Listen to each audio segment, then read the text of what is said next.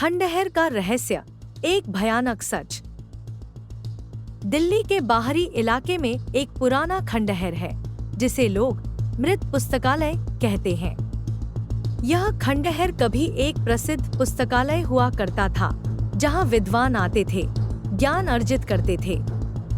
पर कहते हैं एक दिन वहां कुछ ऐसा हुआ जिसने इसे हमेशा के लिए बंद कर दिया। कहानी है 100 साल पुरानी।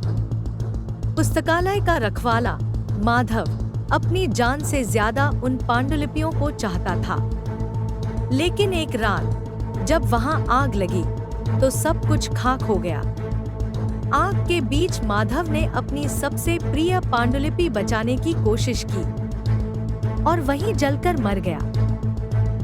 कहते हैं माधव की आत्मा आज भी उस खंडहर में भटकती है, अपनी पांडुलिपि की रक्षा करती हुई।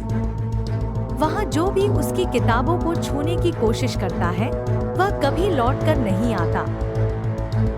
इतिहास के छात्र आर्यन ने इस कहानी को चुनौती देने का फैसला किया। उसे विश्वास था कि यह सब अंधविश्वास है।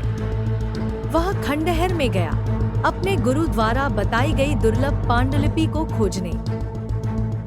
खंडहर में कदम रखते ही उसे एक अजीब सी ठंडक महसूस हुई।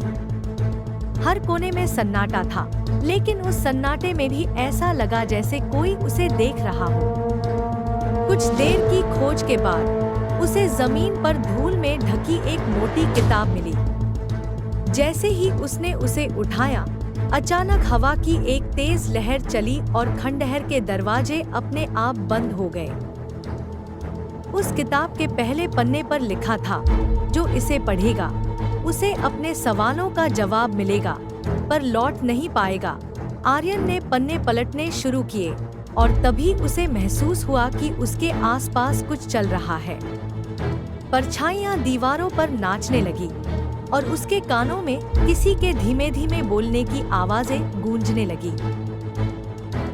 आर्यन ने घबराकर किताब छोड़ दी और बाहर भागने की कोशिश की, पर दरवाजे बंद थे।